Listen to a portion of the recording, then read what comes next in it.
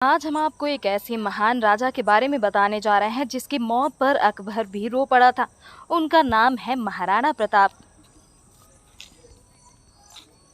9 मई 1540 ईस्वी को राजस्थान के कुंभलगढ़ दुर्ग में पिता उदय सिंह की 33वीं संतान और माता जयवंताबाई की कोख से जन्मे मेवाड़ मुकुटमणि महाराणा प्रताप, जिन्हें बचपन में कीका कहकर संबोधित किया जाता, जो अपनी निडर प्रवृत्ति, अनुशासन, प्रियता और निष्ठा, कुशल नेतृत्व क्षमता, बुजुर्गों व महिलाओं के प्रति विशेष सम्मानजनक दृष्टिकोण, ऊंच नीच की भावनाओं से रहित, निहत्थे पर वार नहीं करने वाले, शस्त्र व शास्त्र दोनों में पारंगत एवं छापामार युद्ध कला में निपुण व उसके जनक थे। महाराणा प्रताप कूटनीतिज्ञ, राजनीतिक, मानसिक व शारीरिक क्षमता में अद्वितीय थे। उनकी लंबाई 7 फीट और वजन 110 किलोग्राम था तथा वे 72 किलो के छाती कवच, 81 किलो के भाले, 208 किलो की 2 वजनदार तलवारों को लेकर चलते थे। उनके पास उस समय का सर्वश्रेष्ठ घोड़ा चेतक था, जिसने अंतिम समय में जब महाराणा प्रताप के पीछे मुगल सेना पड़ी थी तब अपनी पीठ पर लांग कर 26 फीट ऊंची छलांग लगाकर नाला पार कराया और वीर गति को प्राप्त हुआ, जबकि इस नाले को मुगल घुड़सवार पार नहीं कर सके।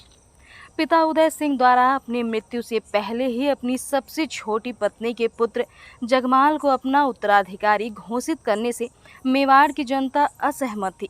महाराणा प्रताप ने मेवाड़ छोड़ने का निर्णय किया, लेकिन जनता के अनुनय विनय के बाद वे रुक गए और 1 मार्च 1573 को उन्होंने सिंहासन की कमान संभाली। उस समय दिल्ली में मुगल शासक अकबर का राज था और उसकी अधीनता कई हिंदू राजा स्वीकार करने के लिए संधि समझौता कर रहे थे, तो कई मुगल औरतों से अपने वैवाहिक संबंध स्थापित करने में लगे थे। लेकिन इनसे अलग महाराणा प्रताप को अकबर की दास्तां मंजूर नहीं थी।